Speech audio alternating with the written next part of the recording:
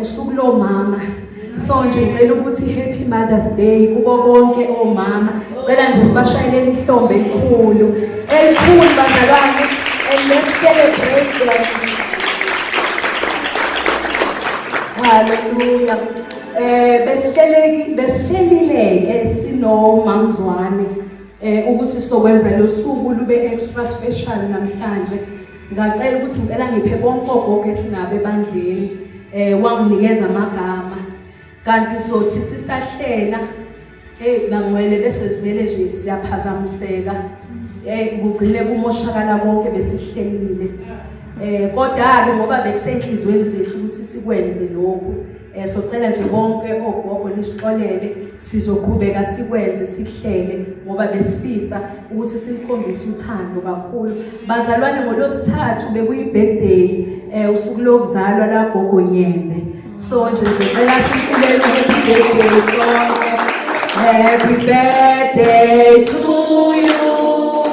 Happy birthday to you. Happy birthday, dear Gogo. Happy birthday to you. Hip hip hooray! Hallelujah. Ngizocela ozongifundela angivulele ngokuka Luke chapter 24. Sizofunda kuverse 49. Ngizocela ukuthi angifundele wona ngesizulu. Ngokuba Luke 24 verse 49 phinde futhi ufaka umuno ungivulele uJohn chapter 14 verse 26. John 14 verse 26. Ufaka imakha sizogcina ngo-Acts chapter 1 verse 4 no 5. Ngokuba Luke chapter 24 verse 49 bese kuba uJohn chapter 14 verse 26 sizogcina ngo-Acts chapter 1 verse 4 kuya ku-5. Esakhuluma ugogo echaza inkonzo ekade ikhona izolo la, ukhulume ngomoya oyingcwele, wakhuluma ngamandla kamoya oyingcwele, wakhuluma ngokusebenza kwamoya oyingcwele ebasebenzisa izolo. Kanti nami imessage engiyiphethe namhlanje eyokhuluma ngokusebenza kwamoya oyingcwele. Ngithe mangimuzwa ngasho ngathi maye uNkulunkulu into zakho wena uyayihlela. Uyayihlela uNkulunkulu into zakhe. Bazalwane izandla. Mangimthinta uyashisa. Usashisa. Kodwa izandla zakhe seziyabanda. Ngime ngalowo mzuzu ngithi Nkosi, ngikhulekela ukuthi umoya wakho ubuye ungene kulo mzimba, wena uzolungisa lokho ngoba usashisa, anything isangenzeka. Ngithi uNkulunkulu kungani lo mthwalo uthi wesemina ufuna ukubamangaza yini la esibhedlela, ngenze njani ngikhuleka avuke ngoba phela izwi lithi lamandla avusa uKristu kwabafileyo, sinikeziwe layo mandla angaphakathi kithi, amandla okumele siwasebenzise. Yabona ingqondo isayibuza ukuthi ngenze njani Nkosi. I remember ngithumelela ubaba imessage ngoba bese ngimtshelile ukuthi ubaba ubonakasekho, so ngiyambuza ukuthi baba ngenze njani. Engakaphenduli ngithumelela indodakazi yakhe yokugcina ngithi sisigeza ulunge ngizokulanda. Athi athi siyaphi ma? Ngithi mina uma wakho uyasithuma ngoba ngingafuni ukusho. Bese athi ngine class ngizoze ngibe free ngo-3. Ngibona ukuthi angifuni ukumphazamisa lo muntu usazo-attenda le class. Ake ngilinde ngibuza baba ngenze njani. uMandisa une-class.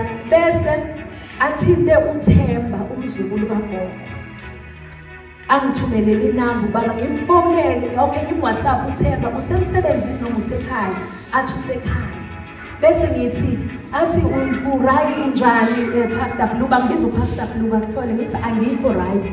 Bese avele yafona, kanti mayefona ngiyakhala. Athi Pastor Blue bakwenzani? Ngiyeza manje. Yena uyitshela ukuthi usuka uza la emadadeni ekhaya kimi, mhlawumbe khona into engehlakele ekhaya. Bese after umzuzwana aphinda phone, hayi Pastor Blue kuphi? Ngithi mina ngisesibhedlela. Athi kuphi nendawo? Ngithe iward. hayi kushuthi vele connect babone ukuthi hayi there is something wrong. Uza useza nendodakazi yokugcina kaSisiboni noNhlakanipho ubhuti wakhe omdala. Mabengena bangifica vele ngimbambe ngesandla ngiyakhala ngibuye ngikhuleke ngibuye ngikhale yazi ngizizwe ngiweak. Wangena wavela wangibamba ngesandla uThemba wathi Pastor Blue, let us pray. Wakhuleka umfana yazi wakhuleka ngaphakamisa ikhanda ngoba bengilele kanje ngaphakamisa ikhanda ngabe ngezwa mana amandla ebuya ngayisula inyembezi ngathi Lord it is well. Ubhlungu ngoba manje usikhohlisile bese sinethemba sonke sokuthi uyarecover sonke bese sinethemba ukuthi hayi uzohamba yegoli enziwe konke kodwa ke isikhathi umzuzu nehora kwaziwa uNkulunkulu. Thina singahlela sifise sikhuleke kodwa mase kuyisikhathi suke sekuyisikhathi. To cut the story short, andithi okwangizisa ubuhlungu more than anything. Okay, umntwana asabe ungena ngafuna ungena uzobona umama wakhe. Ngiye ngiyokhuluma naye ukuthi uyadinga iclosure. Wazi uzobona umama ukugcina. Angene, bangcwele leso sithombe sokubona embambe futhi ukumvusa. It was most painful and I felt ngiwumfundisi ngingenamandla. There's nothing I can do. We had ukuhlala nomzimba kuphela 2 hours silinde undertake izomthatha. Ngashayeka kakhulu ngathi ngaphathwa nayi headache. Ngaba nomndeni isikhashana ntambama ngesikhathi somkhuleko la. Ngathumelela ubaba ngathi baba ngizocela ukuyolala ekhaya ngizizwa kahle. So nje ngime la ngifisa nazi ukuthi amandla kaNkulunkulu asebenzayo akumile mina namhlanje. Ngike ngayibamba ifoni ngifuna ukuxolisa ukuthi ngicela omunye ozoshumayela. Ngicela ngithole omunye. Kodwa mawuyisotsha usho njalo ngoba ukuthi naye ukhathele ade ngijima izolo ehlenyuka. Kodwa uNkulunkulu uyathwalana bangcwele. Uyaphana amandla amasha. Azathi nokengenamandla ngiyandisa ikhwepha. Asiyane ezweni lenkosi bengithi mina ngoba ngifemeli nomndeni ngiqale ngani nginazisa ukuthi kwenzani. Odokotela bathi hayi uvukile kahle kuseni wagezwa wadliswa futhi ade right yonke into right. Nabo babebuhlungu ngalendlela bedabukile. Bathi uvele nje mayeqeda ukudla waba namafithi wathi ushaywa yilontuzo wafitha. Mabethi bayacheka wathula kwacelwa bazomresuscitate abaloku bathi kuze kwaphela kwacishwa phela i-hour bezama ukumbuyisa back to life. So nje I had ukuthi nabo ngibaqinisa ukuthi intando kaNkulunkulu mayisefikile akukho nani ningodokotela ni-train aninamandla phezu komuntu. So nje xolani asisoli lutho. So ngiyacela nje bangcwele engathi singathi makuphuma nje ugogo deseshilo sambeni sambise umkhuleko kulela khaya niyazi sekusele ingane zodwa akasekho umuntu omdala. So siyacela nje ngikade emhlabeni nama-plans athize uhlelo othize ngiyacela ukuthi sizabeni nje sambeni sambise support nje family iyasidinga kakhulu ukuthi siyobaqinisa. Haleluya. Ngicela ungifundele ngokuka Luke chapter 24 ngizoba mfishane kakhulu ufunde nje just verse 49. Bekani ngiyathumela kini isithembiso sikaBaba. Kepha hlalani emzini nize nembathiswe amandla avela phezulu. Ngifundele uJohn chapter 14 verse 26. John 14 kube uverse 26. Kepha umduduzi umoya ongcwele uBaba uyakuthumela egameni lami uyakunifundisa konke anikhumbuze konke engimtshela khona. Ngicela ungifundele izenzo 1 uverse 4 and 5.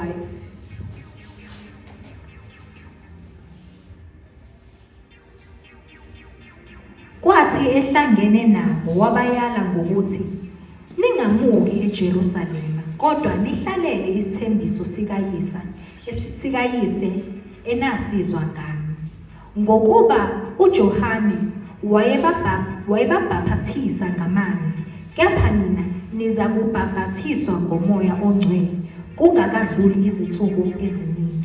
Baba, izwi lakho leli liphilile liphefumulelwe uwena, busisa-ke ukufunda kwezwi lakho. Amen. Bangcwele, la siyafundiswa ngoba manje abafundi bakaJesu, ama-disciples ayehambe naye uJesu esakhona emhlabeni, abanye babo babezenza imangaliso behamba naye uJesu, bakhulekela abantu baphila, bewakhipha amadimoni, babesebenza. Vele akusiwo ukuthi bakhathi bezoqala, no, babevele sebephakathi kumsebenzi. Kodwa usho lamazwi uJesu mayebashiya ngoba the whole time bekwenza lokho ingoba babencike kuye kwizifundiso zakhe. Usethi hlalani la, ningemuki nize nimbathiswe amandla ngoba kuyingozi ukwenza umsebenzi kaNkulunkulu ungakambathiswa amandla. Kuyingozi, kuzolimaza wena. You are a danger to yourself, uphinde ube yingozi kubantu o-asayinwe kubona. Mayethi uJesu hlalani, usho kubafundi bakhe ayebathembile, ayebathuma, ayehamba nabo, ebabonile bezenza izinto, kodwa uthi hlalani nize nimbathiswa amandla kaMoya Oyingcwele.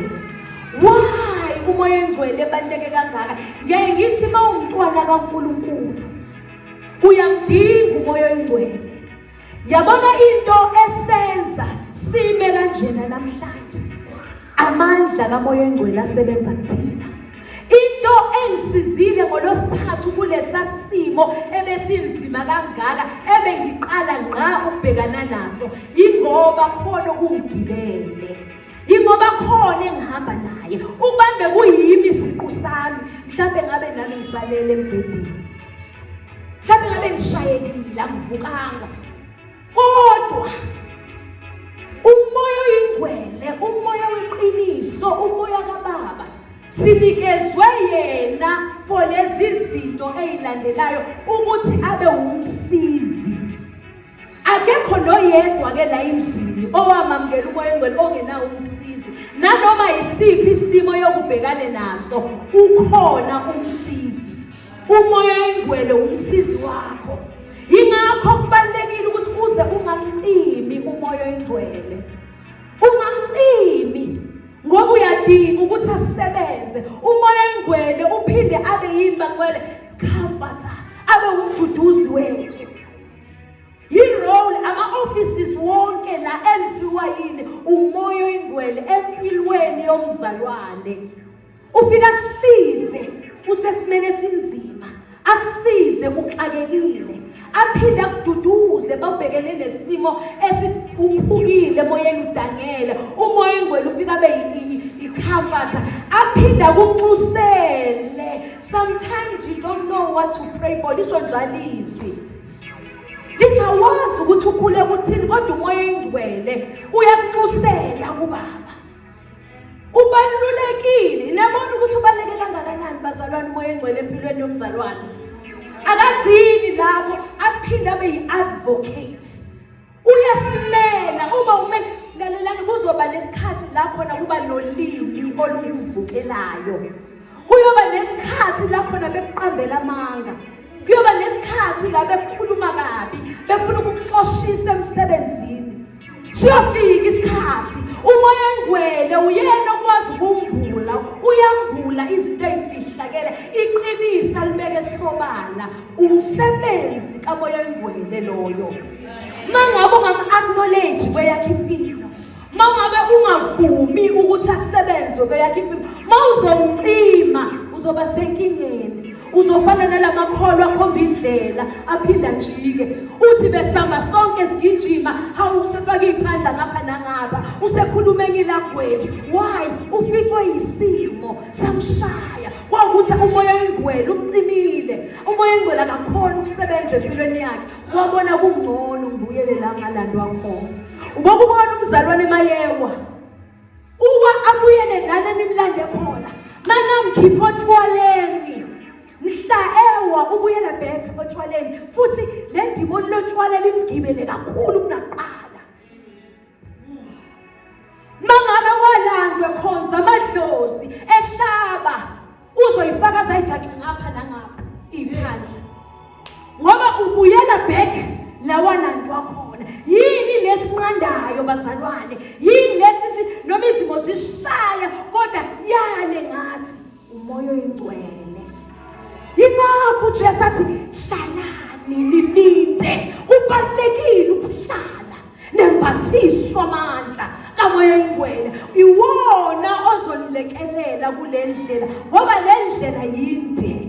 Azathi umhlebelele inohlupho, inameva, iyahlaba, bese athi kodwa hlala ungifundisa njalo ukuthi mayenzeke intando yakho. Umoya oyingcwele uphinda kumbathisa amandla abe your strength. Amandla amasha ayatholakala, uyongeza amandla, nokungenamandla ikhwephu uyandisa umsebenzi kamoya oyingcwele loyo. Ngiyaye ngithi-ke uphinde abe umfundisi, abe uthisha. Ngishilo ukuthi angikaze ngibhekane nalesa simo ebengibhekene naso. Umoya oyingcwele okhulumile wathi khuleka-ke manje. Ayi mina bengibhizi ngikhala, ngihamba ngiyakhala. Umoya oyingcwele athi lalela, akusisikhathi sokukhala manje, isikhathi sokuthi uthandaze. Thandazela umoya wakhe ukuthi ubuyisane nenkosi, ubuyele endaweni yokuthula. Umoya oyingcwele ongambulele lokho. Kwala ma-undertaker semthatha emfaka kuleli box labo leli elimhlophe. Oh my God. Umoya oyingcwele wathi before bemthinta, ngoba manje asibazi ukuthi baguqa kuliphi i-altar labafana bazothatha lo mzimba, wathi umoya oyingcwele ukhulekele lo mzimba-ke manje ezibewuthatha. Ngabakhapha belidonsa, ngahamba nabo ngiloko ngisho rikhashanda labasaya, maya liyahanda labasaya, baze bamfaka emotweni yakhona. Ngaqede ngabatshela ngathi lona-ke nimphathe kahle, ngambiyela ngoba bangwele miningi imikhuba eyenzeka kumamoshwari. Bayakhokhelwa abasebenza khona, amanzi abageza ngawo iy'dumbu bayawasebenzisa, iy'nyanga ziyawathenga makubengazi.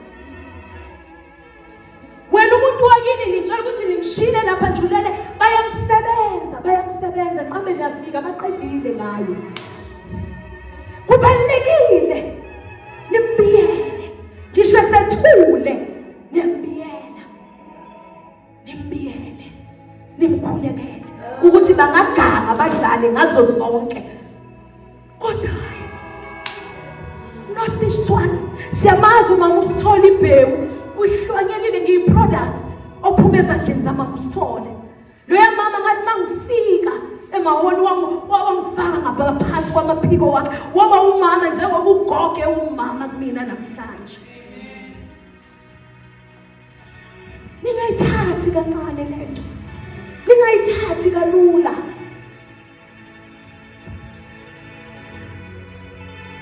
Moya oyingcwele ufana ne-GPS obana baziyo uma udrive laba abadrivayo, kunalento oyifakayo lo mlungu akutshela ukuthi hamba straight, jika kwi-straight esilandelayo, jika thatha the next exit. Kwenzakalani uma endaweni ungayazi ufake i-GPS kuyona ekutshelayo ukuthi hamba kanjani, wangayilalela wamisa i-10 okuthiwa take the next exit, wena waqhubeka, it will cost you. Uzolahlekelwa imali, upetrol lo hamba ngawo, uzomosha isikhathi.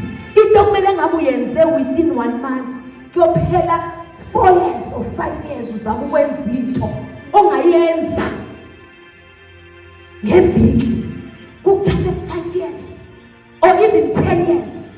Into ubungayenza ngosuku olulodwa ubani ubulalelile umoya oyingcwele engenyeza ekhuluma ethi musa usudla leyo nto, musa ukuhamba nalabo musuhlala lapho uyakhuluma umoya oyingcwele uyanyenyeza abaningi benu nithi it's a 6 cents bayakhuluma nithi khona nje into ethe angingaphumi ngale ndlela kodwa ngijwayele ukuhamba la kanti sengizwa kuthiwa kunengozi enkulu eyenzekele la ngijwayele ukuhamba khona bekuwumoya oyingcwele ekhuluma nawe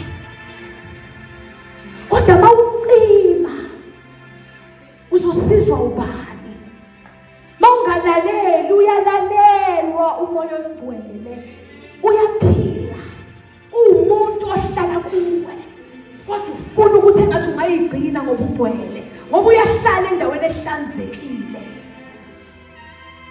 mawufuna ukubona isebenze empilweni yakho akuyihlanze zihlanze bese uyamvumela ukuthi moya oyingcwele thatha indawo yakho moya oyingcwele ngokwami ngiyahluleka moya oyingcwele ngokwami angengikhone ngengikhone moya oyingcwele lalelani sonke sasingekho nje senziwa sathathwa simidwayidwa salandwa sinamabhuku singatholeki sinenhliziyo ezimbi kodwa manje ngoba umoya oyingcwele akakwazi ukuhlala khona la kunokuxokozela khona wasithatha wasigeza wasihlanza namhlanje siyisitsha sokudlela siyiphunge elimnandi ngoba savuma ukwenziwa. Haleluya. Woza gogo vuma akwenze muvumele umoya oyingcwele ahlale nikela ngomzimba wakho ube yithempeli lokuthi ahlale uyothulela ebusuku anyenyeza athi kusasa vuka uye endaweni ekuthi uzofika kukhona bakulindile.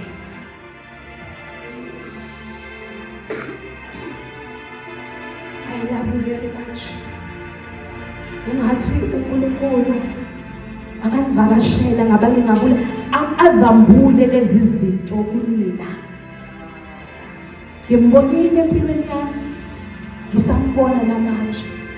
Ngiyazi ukuthi ngibukeka ngidelelekile. Ngibukeka nje ngathi inganyana nje. Ngibukeka nje ngathi uklama nje umfundisi. Yini engaphuma la? Yini khona into kodwa engaphuma eNazaretha bathi khona into esile engaphuma eNazaretha uJesu waseNazaretha. Lezi zinto lezi ezibukeka emehlweni abantu zidelelekile. Yizona uNkulunkulu anokuyigibela sisebenze ngazo. Avezi ihlala woza gogo isikhathi sami sesiphelile. Muvumeleni bantwana basekhaya mnikeni impilo yenu mnikeni konke kwenu mnikeni iqobo lwenu zinikeleni nizendlale kuye akakhethi ukuthi unani uzalwelephi igazi eliflowa mawusuno Jesu nje uthi mayebheka abona igazi lewundlu you qualify ungayinyezi ungayibukeli phansi vuma nje angena buse aqeda kusebenzisa. God bless you. Igabo,